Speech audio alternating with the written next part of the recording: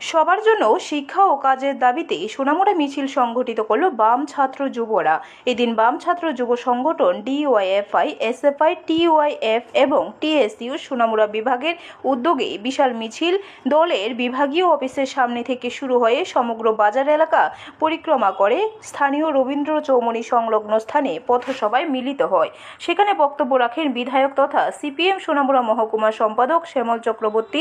এছাড়াও বক্তব্য রাখেন ডিওয়াইএফআই রাজ্য সম্পাদক নবারুণ দেব, ডিওয়াইএফআই রাজ্য সভাপতি পলাশ ভৌমিক প্রমুখ। এদিনের পথসভায় দীর্ঘদিনের কংগ্রেস দল ত্যাগ করে বাম সংগঠনে সামিল হন সোনামুড়া জেলা কংগ্রেস প্রাক্তন সম্পাদক কবির হোসেন। এখন এই যে পুজো চৈত্র মাস, কোথায় কাজ দিন? এখানে নগর পঞ্চায়েতে 20 দিনের কাজ এসেছে, যুক্তি করে 10 দিন করিয়েছে, টাকা কবে দিবে জানি, আর 10 দিন রেখে দিয়েছে, কাজ করায়নি। ধান্দা, এই ধান্দা গ্রাম শহর সমস্ত জায়গায়